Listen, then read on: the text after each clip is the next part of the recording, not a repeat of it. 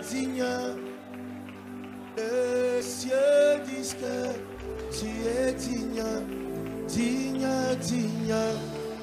La terre dit que tu es digne, digne, digne. Tu es digne.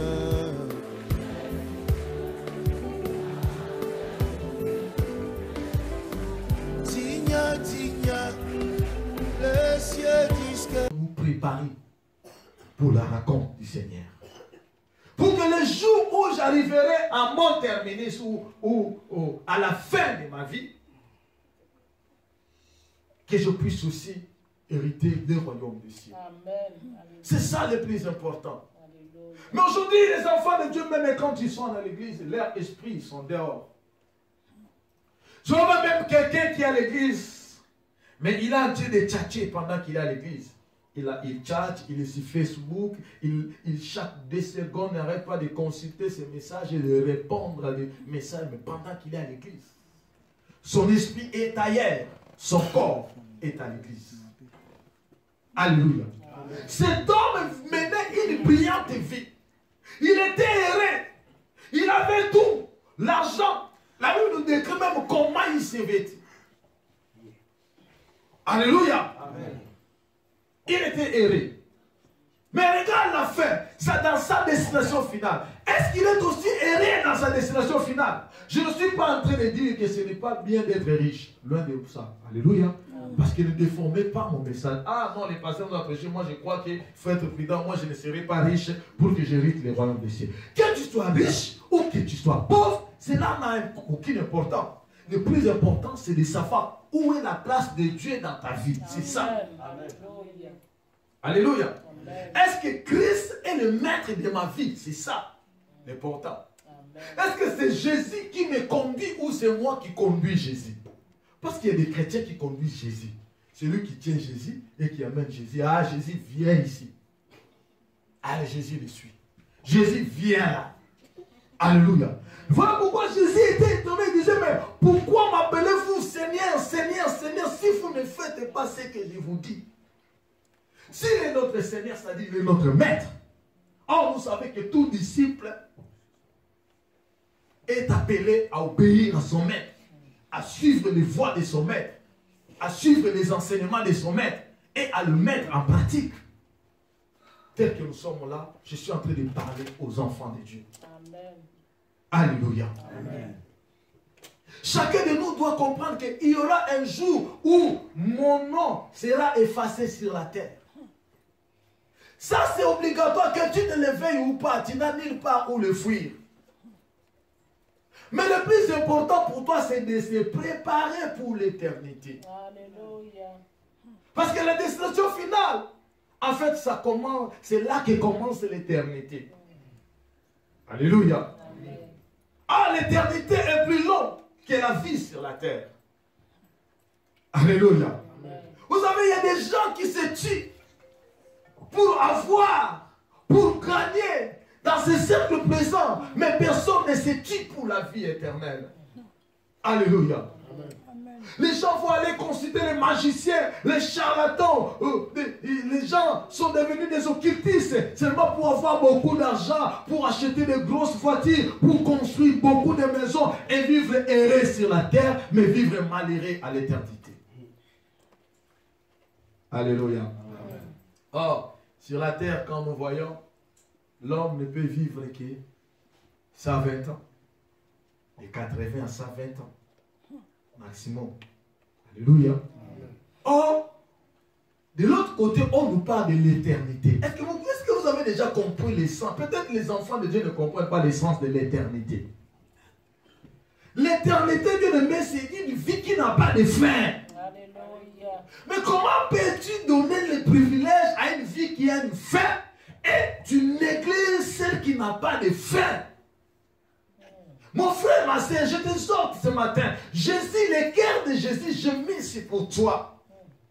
De la manière dont tu négliges les choses de Dieu, mais tu donnes l'importance à d'autres choses. Alléluia. Amen. Pourquoi négliges-tu la parole de Dieu? Pourquoi ne pas-tu mettre en pratique la parole de Dieu? que te demande ton maître, ton Seigneur, ton Dieu, ton Créateur. Alléluia. Amen. Pourquoi tu n'obéis pas à la parole de Dieu? Pourquoi tu cherches à vivre ta vie pour toi? Tu cherches à plaire les autres et tu n'as jamais cherché à plaire à ton Créateur.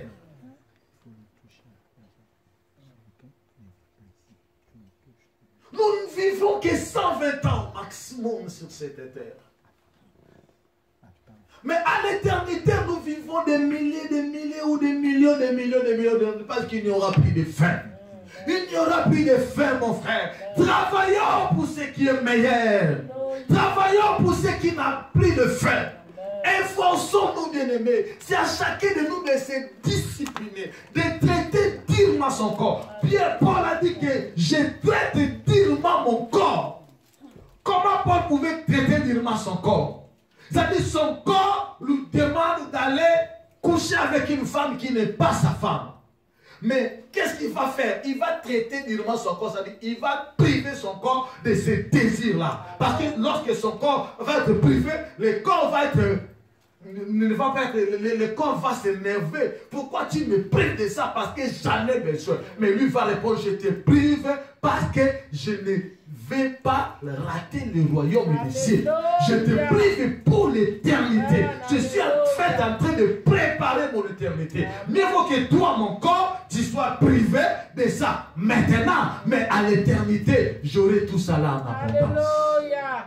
Gloire à toi, Seigneur. Alléluia. Traiter durement son corps, c'est lorsque ton corps est fatigué. Vous savez, bien aimé, dans ce corps-là que tu es, tu crois ou tu penses peut-être que ce corps-là t'appartient. Non, ce corps-là que tu n'es qu'un gérant. Un gérant dans ce corps qui est Dieu, t'habite toi, qui est l'esprit ton nom. Tu vois comme je suis là. Moi, c'est Willy. En fait, ce n'est pas mon corps. C'est l'esprit de Willy qui habite dans ce corps. Alléluia. Lorsque Dieu a soufflé sur l'âme, que l'âme est devenue l'âme vivante. En fait, c'est le souffle de Tout-Puissant qui m'anime dans ce corps. Alléluia. C'est-à-dire que ce corps ne m'appartient pas. Je ne suis qu'un gérant. Alors, un gérant est appelé à rendre compte à son patron. Comment as-tu géré mon entreprise? Le corps que tu as là, c'est l'entreprise de Dieu. Amen. Comment ce que tu géreras l'entreprise, c'est la manière laquelle tu répondras. Alléluia. Il réveille ton voisin, dis-lui ne dors pas, ça c'est très important. Touche-le, touche ton voisin, touche vraiment. Dis-lui ne dors pas, écoute, c'est très important pour nous. Alléluia. Tu es appelé à gérer ton corps. Et tu rendras compte, Dieu viendra te demander des comptes à ce que tu as fait avec ton corps. Comment est-ce que tu l'as géré? Ton corps est fatigué. Les dimanches, au moment d'aller à l'église, ou les cultes de mardi, ou les cultes de jeudi. Bien aimé, toi qui es l'esprit qui conduit ton corps, prends ton corps même dans son pied. Commence à tirer ton corps. Viens avec moi, on y va. Même si le corps est fatigué, prends-lui, tire-lui, amène-le à l'église. Parce que c'est lui là, le corps, qui cherche à t'empêcher d'entrer dans le royaume. Parce que le corps a d'autres désirs. Ce qui est contraire à celui de l'esprit que toi tu es. Alléluia. C'est pour ça la Bible dit que vivez selon l'esprit et vous n'accomplirez pas les désirs de la chair. La chair a des désirs. Et tous les désirs de la chair, c'est pour te plonger. Alléluia. Amen. Cherchez à connaître Christ. Vivre joyeusement sur la terre, ce n'est pas mauvais. Parce que même les disciples ont demandé à Christ. Ils ont dit, Seigneur, nous avons tout quitté. Nous avons abandonné tout. Et nous t'avons suivi. Que gagnerons-nous en retour? C'est-à-dire, en fait, les disciples voulaient seulement dire, Seigneur, nous avons accepté de faire notre voyage avec toi. Et là, comme nous sommes en train de faire notre voyage avec toi, qu'est-ce que sera notre gain, notre bénéfice? Et là, Jésus a commencé à les expliquer. Comme vous avez tout abandonné, vous avez accepté de faire le voyage avec moi. Écoute, sur ce siècle présent, là, ça dit sur la terre, je vous bénirai. Amen. Vous serez bénis déjà d'abord sur cette terre. Et dans les jours à venir, vous aurez la vie éternelle. C'est ça le plus merveilleux. C'est ça le plus beau. Être béni et surtout d'avoir la vie éternelle. Alléluia. En fait, le voyage, c'est comme l'homme quand tu prends l'avion pour se rendre quelque part. Tu vois? Alléluia. Quand vous avez pris l'avion à Kinshasa, à Brazzaville, je ne sais pas, à Douala, à Yaoundé ou à Côte d'Ivoire pour se rendre en France. Je ne sais pas les parcours que tu as fait, chacun de nous a fait son parcours. Mais quand tu prends l'avion, tu vois, quand tu rentres dans l'avion, on te donne ta place, n'est-ce pas? Tu viens, tu t'installes. Après quelques minutes, tu vas commencer à voir les hôtesses qui vont passer. Et quand ils passent avec des charrettes, ils vont vous demander, mais est-ce que monsieur, prenez-vous quoi? Vous allez prendre du jus, le vin ou quoi? Alléluia. Ils vous demandent votre coup. Après, ils vont vous servir. Vous allez boire. Après quoi, un moment, ils vont passer. Ils vont vous demander si vous allez manger quoi. Ils vont vous donner encore la nourriture. Et vous allez manger. Mais c'est là vous n'allez pas payer. Pourquoi? Parce que tous les services sont compris dans le billet que vous avez acheté pour vous rendre à destination. Il en est de même avec notre Dieu. Quand tu marches avec Dieu, tout est compris dedans dans ces voyages. Alléluia. Amen. Il y a l'argent, il y a le mariage, il y a tout ce que nous avons besoin est compris dans ces voyages. Mais il suffit seulement de mettre Dieu en première position et de se laisser conduire par Dieu. Et c'est lorsque Dieu te conduit, et c'est alors que Dieu saura aussi pouvoir à tes besoins. Parce qu'il est le seul qui peut pouvoir à tes besoins. Alléluia. Amen. Chercher l'argent plus que tout. Ce n'est pas mauvais, mais c'est très dangereux. Parce que l'argent dans la vie de l'homme ne doit pas être un maître. Mais l'argent doit être plutôt un serviteur. L'argent doit te servir. Et non, l'argent doit être ton maître. Parce que lorsque l'argent devient ton maître, alors tu abandonnes tout pour l'argent. Parce que c'est l'argent qui va commencer à te condamner. À te commander plutôt. Bon, regarde. Tu as beaucoup d'argent. Si tu veux aujourd'hui, prends même 3, 5 femmes. Entre avec eux dans une chambre. Et ça, c'est l'argent qui commande. Alléluia. Et la Bible dit même que l'argent répond à tout. Hein? Quand tu as l'argent, tu viens. Même à l'église, peut-être tu vas trouver des sœurs. Hein? Que quand tu dis, bon, je donne 3 000, 3 ou 5 000 euros, 5 000 euros, 5 000 euros, vous trois venez dans ma chambre. Il y en a qui vont dire oui. Mais c'est l'argent qui est en train de te commander. Or, c'est toi qui devais être le maître de l'argent. C'est toi qui diriges ton argent. Avec mon argent, j'ai le oui. L'argent doit me servir pour mes besoins. L'argent doit me servir. Payer mon loyer. Me revêtir. Prendre soin de mes enfants. Grandir mes enfants. Payer les études de mes enfants. Mais ce n'est pas l'argent qui doit me diriger. Non, c'est moi qui dirige mon argent. Et malgré mon argent, je sais que malgré mon argent, c'est Dieu d'abord en première position. Quand il faut rendre gloire à Dieu, je me rends à l'église pour célébrer. Quand il faut prier, je me rends pour prier. Quand il faut adorer, je me rends pour adorer. Et j'adore Dieu avec mon argent. J'adore Dieu avec mes biens. J'adore Dieu avec tout ce qui m'appartient. Et là, tu es en train d'assurer ta destination finale. Alléluia. Ce n'est pas l'argent de te conduire. Mais cet homme-là, il ne s'est pas retrouvé au lieu de tourment parce qu'il avait beaucoup d'argent. Non, il s'est retrouvé au lieu de tourment en fait parce que c'est son argent qui le conduisait. Il s'est laissé séduire par son argent, par sa richesse, par la vie qu'il menait. Il a dit que tout c'est fini. Là, je suis au ciel. Non, comme il y en a qui disent que non, on vous trompe. Et la vie éternelle, c'est quand tu vis heureux sur la terre. Et l'enfer, c'est quand tu es dans la souffrance sur la terre. C'est faux. C'est faux, mon frère. C'est faux, ma sœur. Archi faux. Dieu te bénisse. Alléluia. Archi faux. La vie éternelle, c'est maintenant que tu es vivant que tu dois les préparer. Alléluia. Les limbes n'existent pas. Alléluia. Amen. Les limbes, c'est qu'on dit qu'on prêche que non, après la mort, il y aura encore des repêchages. Hein? Vous connaissez les repêchages, non? Hein? Quand on était à l'école, quand tu manques de cours, il y a des cours que tu n'as pas réussi, alors on va te faire les repêchages pour travailler un peu les cours là où tu n'avais pas bien travaillé pour récupérer tes points, en fait de totaliser une moyenne convenable pour que tu puisses aller dans une classe supérieure. Cela n'existe pas avec Dieu. C'est maintenant. Après la mort, c'est fini. Tu n'auras plus rien à faire. Alors comme tu n'auras plus rien à faire après la mort, personne ne connaît le jour de sa mort. Personne ne connaît l'heure, personne ne connaît le jour. Si les enfants de 2 mois peuvent mourir, et tu penses qu'à l'âge que tu es là, rien ne peut t'arriver aujourd'hui ou après-demain. Alléluia. Tu ne sais pas qu'est-ce qui peut t'arriver d'une minute à l'autre. Mais ce que tu sais est qu'il y a une destination finale que tu dois le préparer maintenant.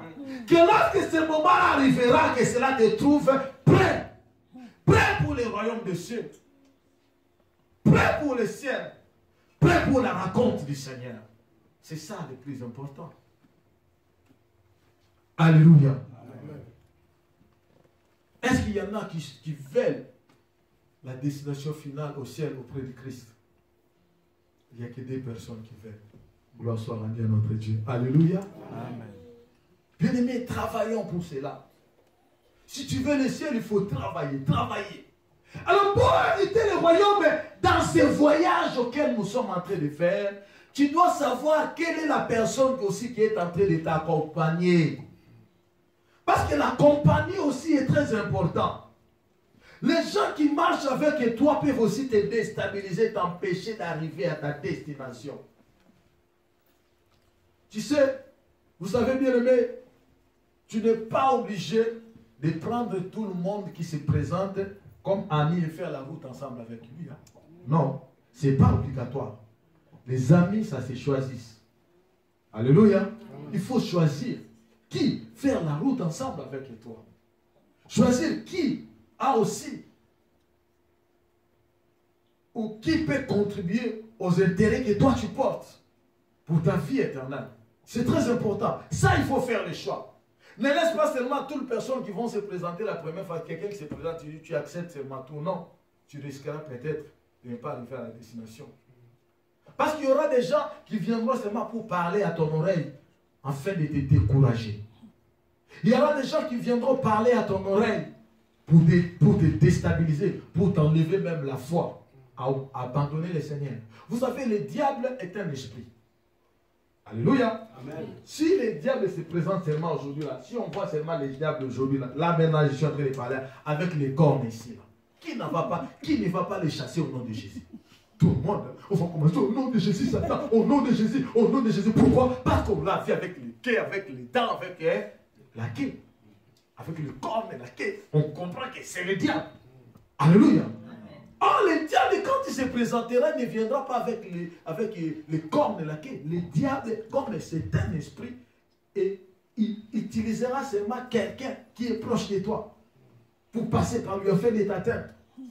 Quelqu'un que toi, tu laisses l'oreille pour écouter. Il passera dans sa bouche pour venir s'aimer une semence dans ton oreille afin de t'enlever dans la présence de Dieu. Et lorsque tu es enlevé dans la présence de Dieu, tu deviens loin, c'est alors que lui vient t'enchaîner.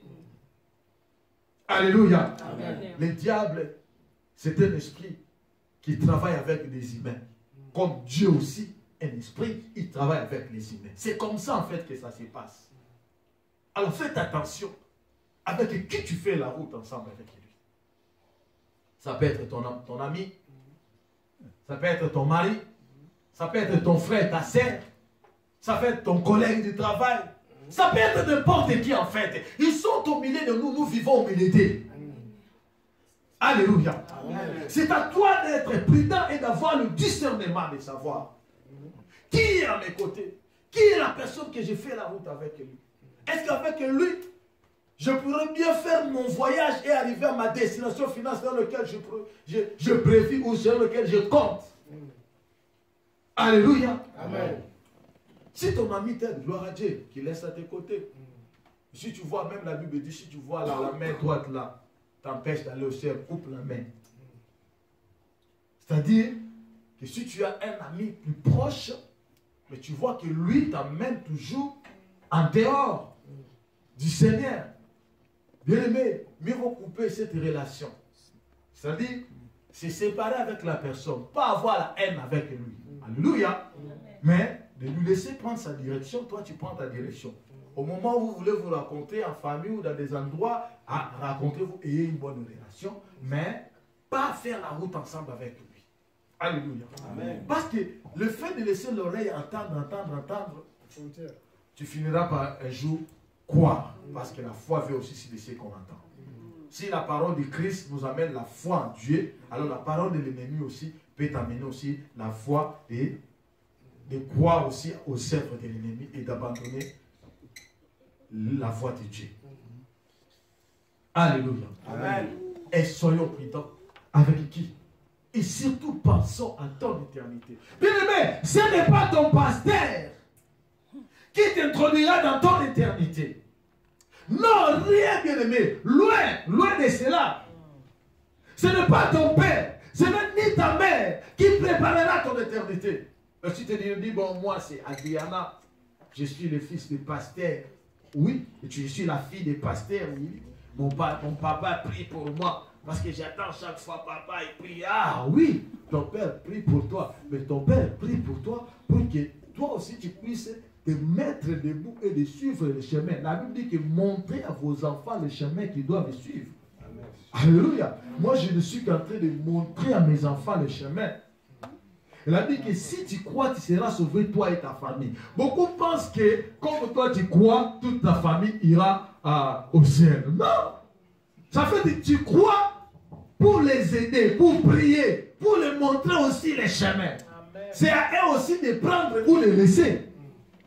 S'ils croient à ce que toi tu crois, s'ils croient au Dieu que toi tu as créé, alors ils auront aussi la vie éternelle. Mais en moi, ils ont la grâce d'avoir déjà quelqu'un qui connaît Jésus, qui peut leur montrer le chemin ou la direction à suivre. Amen. Alléluia. Amen. Mais ton Père ne t'introduira jamais au ciel. C'est à toi seul. Il te montrera peut-être le chemin, mais c'est à toi de faire les pas pour avancer et arriver. Alléluia. Amen. L'homme riche que nous avons vu ici, c'est aussi le type de sacrificateur. Parce que là, on nous parle de sa façon de s'habiller. On dit qu'il s'habillait en pourpre. Alléluia. Et de félin. Or, quand nous regardons dans la parole de Dieu, nous avons remarqué que les serviteurs, en fait, dans le livre de Exode 20, si vous regardez les versets 5 et 6, vous allez voir comment on construisait, lorsqu'on était en train de coudre ou de préparer les habits des sacrificateurs qui devaient travailler, servir au temple, donc les pourpres et le félin. On peut en quelque sorte dire que cet homme était un serviteur ou un sacrificateur. Parce que les sacrificateurs s'habillaient en pourpre et en félin. Mais un sacrificateur qui est habillé tout le temps en pourpre et en félin et qui mène une joyeuse vie, mais ce sacrificateur laisse les pauvres qui manquent, les pauvres qui n'ont rien à manger. Bien aimé, c'est en fait ce qui se passe aujourd'hui de nos jours. Quand vous allez dans les églises, vous allez voir les sacrificateurs, les hommes de Dieu qui vivent une brillante vie, qui mènent une vie heureuse, auquel ils sont dans la joie. Oui, ils sont en train de vivre une vie brillante. Mais quand vous regardez les brebis, quand vous regardez tout autour d'eux, il y a des gens qui souffrent, il y a des gens qui vivent une vie de misère, il y a des gens qui vivent une vie de souffrance. L'Église doit revenir. Les hommes de Dieu doivent comprendre aussi que personne ne sera épargné. Chacun de nous rendra compte un jour. Amen. Il y a des hommes de Dieu qui sont devenus des occultistes, des magiciens, des charlatans, rien qu'uniquement pour chercher à vivre une vie heureuse, une brillante vie. Et quand vous allez trouver qu'ils ont des grandes églises remplies de foules. Et l'argent, ne parlons même pas. Lorsqu'ils font seulement l'appel des fonds, vous allez voir comment des millions qui rentrent dans leur compte, dans leur caisse. Et après ça, tout ça c'est l'argent d'une personne. Ils ne s'occupent même pas des pauvres. Ils ne s'occupent même pas des veuves. Ils ne s'occupent même pas des malheureux. Mais ils mettent tout dans leur compte. Ils achètent de grosses voitures. Je ne suis pas en train de dire que c'est un péché d'acheter des grosses voitures. Ils achètent des grandes maisons et beaucoup de maisons. Ils s'habillent, ils jouent avec l'argent comme ils veulent. Ils ont des petites copines de gauche à droite. Ils sortent même avec les serfs de l'église. Le pasteur qui sort avec les serfs des églises. À chaque fois, il vient et les serfs là sont contents, ils gardent secret. Mais laisse-moi vous dire, là vous gardez secret devant les hommes. Mais il y aura un jour où l'Éternel vous demandera de rendre compte. Alléluia. Amen. On peut se cacher devant les hommes, mais pas devant l'Éternel. Cet homme menait une brillante vie. C'était un sacrificateur aussi. Aujourd'hui, on trouve à la place des sacrificateurs ceux qui ne devaient pas être des sacrificateurs. On trouve à la place du pasteur ceux qui ne devaient pas être du pasteur. Et quand on regarde maintenant dans le profondeur, on va comprendre qu'en fait, le Lazare en question, c'était lui le vrai, le véritable sacrificateur. Les vrais sacrificateurs sont maintenant bafoués, sont mis hors, en dehors du temple. Alléluia. Les vrais sacrificateurs sont mis aujourd'hui, en dehors du temple. Ils ne sont même pas connus. Ils n'ont pas de grandes églises. Ils n'ont que des petites églises. Je ne suis pas en train de dire que pour être vrai sacrificateur, il faut avoir qu'une petite église. Loin de moi. Je suis en train de vous amener seulement à comprendre. Et je ne suis pas en train aussi de dire que toutes les églises qui sont remplies de membres, ce sont des fausses églises. Alléluia. Mais seulement parmi eux, parmi nous. Il y a aussi des églises qui n'ont pas beaucoup de membres, mais également auxquelles les sacrificateurs ont déjà perdu les chemins. Alléluia. C'est très important, bien aimé, à comprendre cela. Parce que lorsque nous regardons Lazare, en fait, Lazare donne l'image de vrai sacrificateur. Mais un vrai sacrificateur qui est dans la pauvreté, qui est terreur. Pourquoi je peux dire que Lazare c'est un vrai sacrificateur? Parce que le nom de Lazare veut dire Dieu est mon secours. Alléluia. Amen. Le nom de Lazare veut dire Dieu est mon secours. Alors, quand on regarde en profondeur, Dieu est mon secours est aussi le nom de celui qu'on nomme Eliezer. Eliezer, ça veut dire le premier fils d'Aaron qui était sacrificateur. Eliezer veut aussi dire Dieu est mon secours.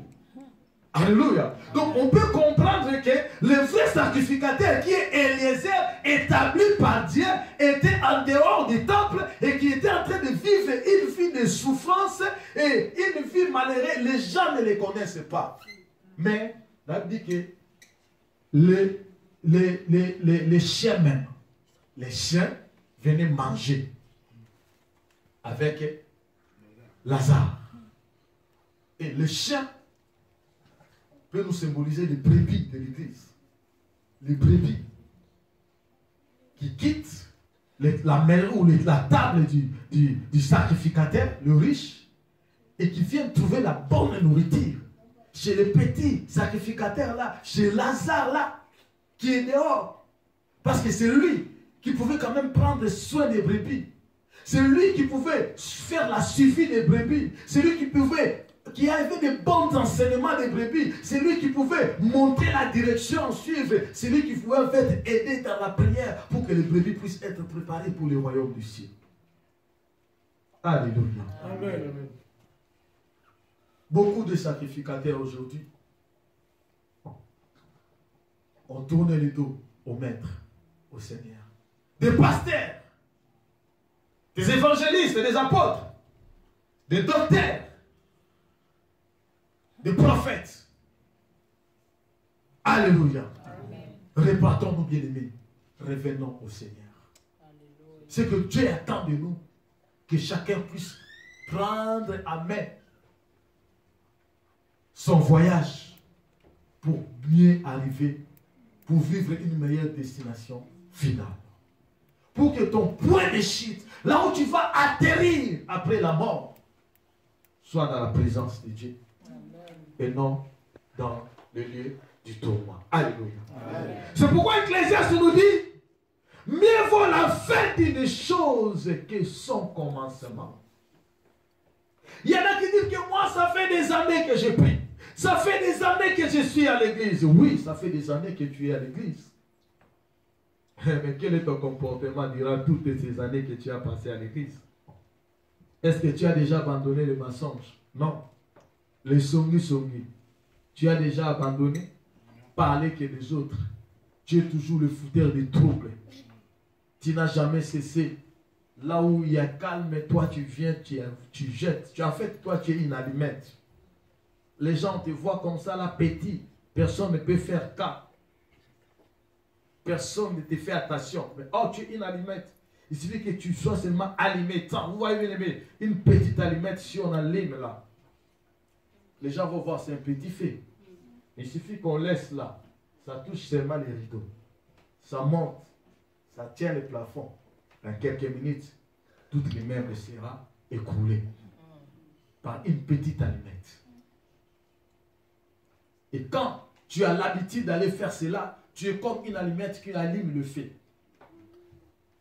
Alléluia. Amen. Or, dans le livre de 1 Corinthiens 6, 9 à 10, la Bible dit que ne savez-vous pas que les injustes n'hériteront point le royaume des cieux? Dieu ne veut pas que nous soyons injustes, mais que nous soyons justes à sa parole. Alléluia. Amen. Les injustes n'hériteront point le royaume des cieux. Ceux qui commettent de telles choses n'hériteront point le royaume des cieux. Et Dieu ne désire pas la mort d'un pécheur. Mais il veut que tous les hommes puissent être sauvés et que tous les hommes parviennent à la connaissance de la vérité.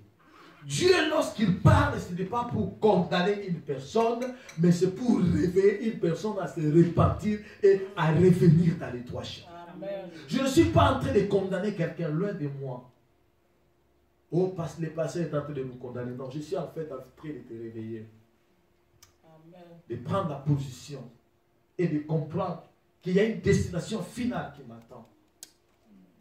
Et comment dois-je mener ma vie pour ne pas rater cela?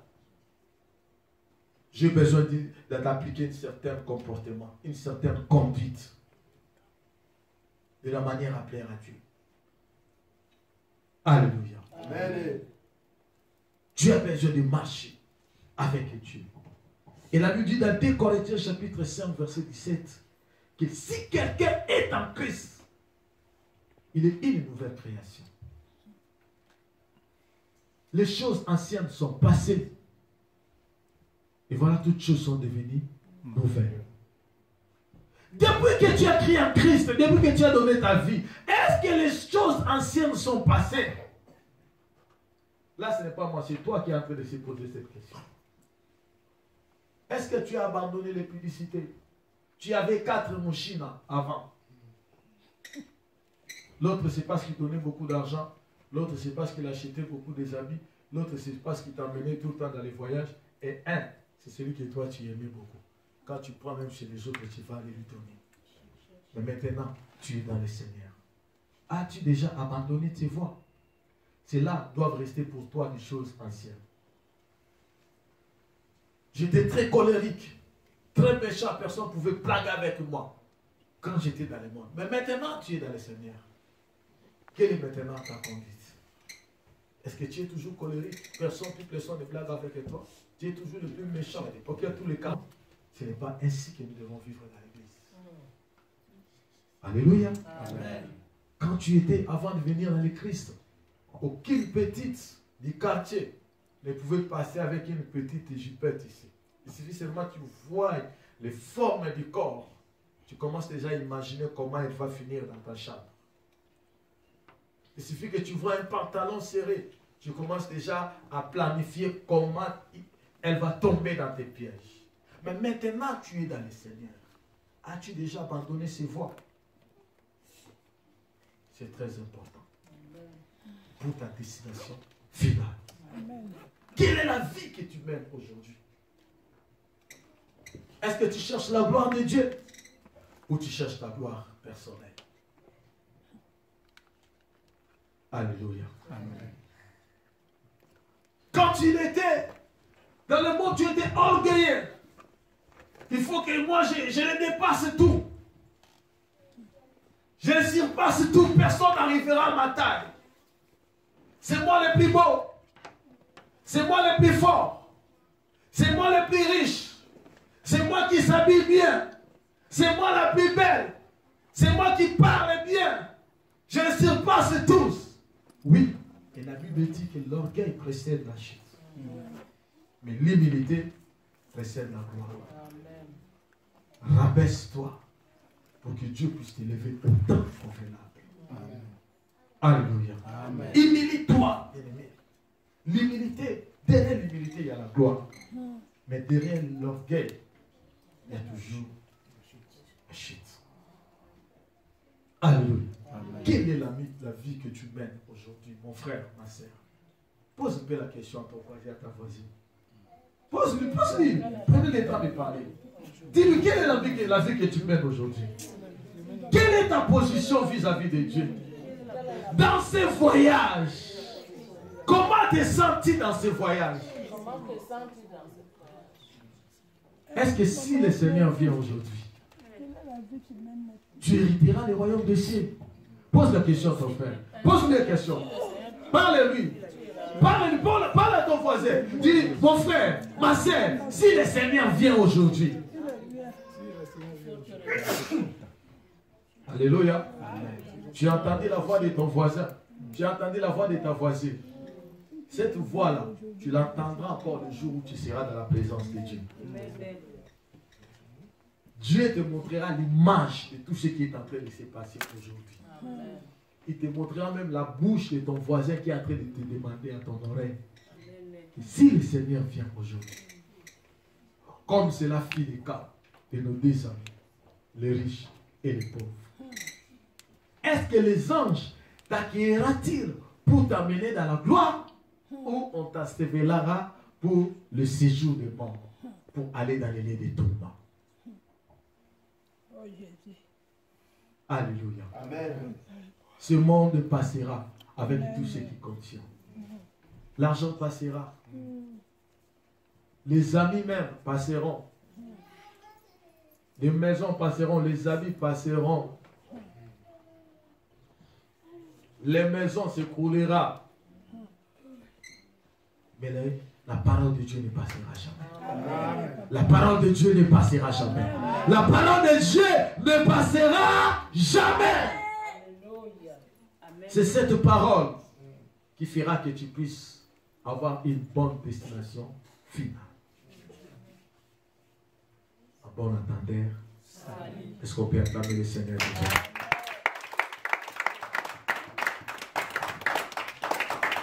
Lèvons-nous maintenant, nous voulons prier.